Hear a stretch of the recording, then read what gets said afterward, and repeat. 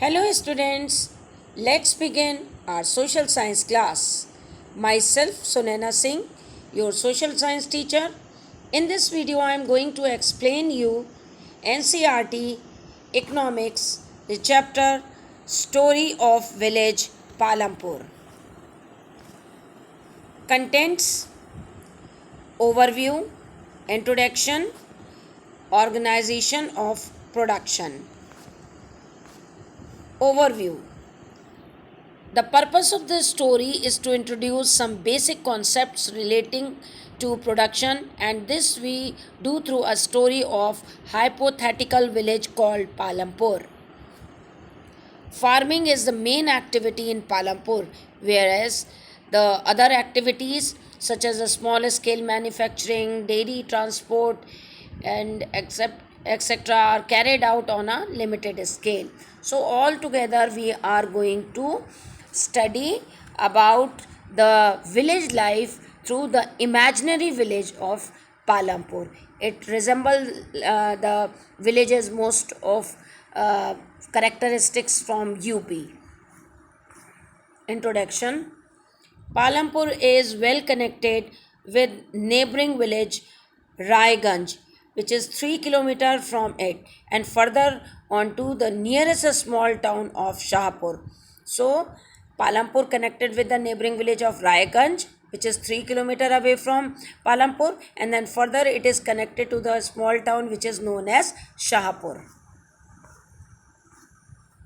Many kinds of transport visible on the roads is starting from bullock carts, tongas, bogies, which is known as wooden cart by drawn by buffaloes loaded with jaggery or gold, and other commodities to motor vehicles like motorcycles, jeep, tractor, and trucks. So, by this study, we can understand it is well connected by road through the different vehicles. This village has about 450 families belonging to several different castes. The 80 upper caste families own the majority of land in the village, and they own a pakka house, means the big houses which is contain all type of facilities, whereas the SCs, Dalits, comprises one third of the population and live in other corner of the village in much smaller houses made by mud and straw, which is known as kacha houses.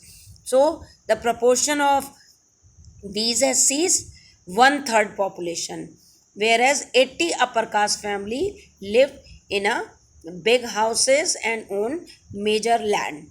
Total families for 450 families. Facilities in village.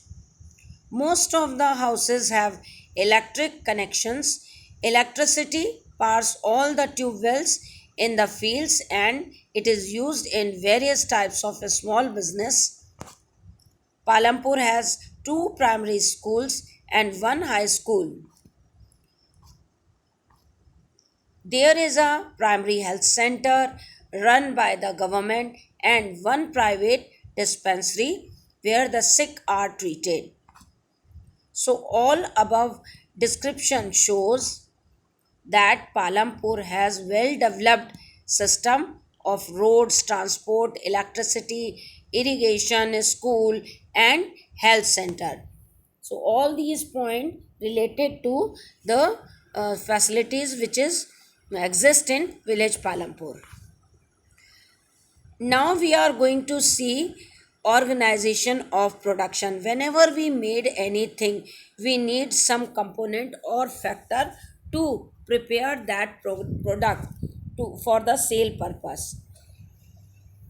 The story of Palampur and imaginary village will take us through the different types of production activities in the village. The aim of production is to produce the goods and services that we want. There are four requirements for production of goods and services. What are these? Land, labor, physical capital, and human capital. Now we are going to discuss in a proper manner what is the utility of land, labor, physical capital, and human capital in production purpose? Making goods and providing services is the production activity. What kind of thing we require to complete that production? That is land, labor, physical capital, and human capital. Now we are going to illustrate each requirement. First is land. When we talk about land, the first requirement is land and other natural resources such as water, forest, and minerals that we further use in industry in finished good. Whenever any factory run, we base the industry on land for purification or excessive obtain the mineral. We dig the earth and we obtain it from nature. So this is how we use land for production purpose. Second requirement in production is labor. The second requirement is labor, that is people who will do the work. Some production activities require hmm, highly educated workers to perform the necessary task, and manual workers both are necessary for production. One manual labor which lift the things one place to another, and other those who were perform the activities and execute the things, run the machine this way. So labor categorized in this manner. So second factor of production is labor. Now, third factor of production is physical capital. By the material you can see, this is machine. Physical capital further divided. It is third requirement, which is known as physical capital. That is a variety of inputs required at every stage during production. Whenever we prepare anything, we need the different material to complete that task. So it is again divided into fixed capital and working capital. When we talk about fixed capital, it is tools, machines, buildings, from simple tools to sophisticated machines such as generator, turbine, computer. It is required in production over many years.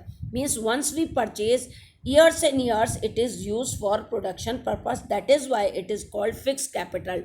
Tool, machine, building, and these are some, but some sophisticated machines are generator, turbine, computer, etc. Now, working capital.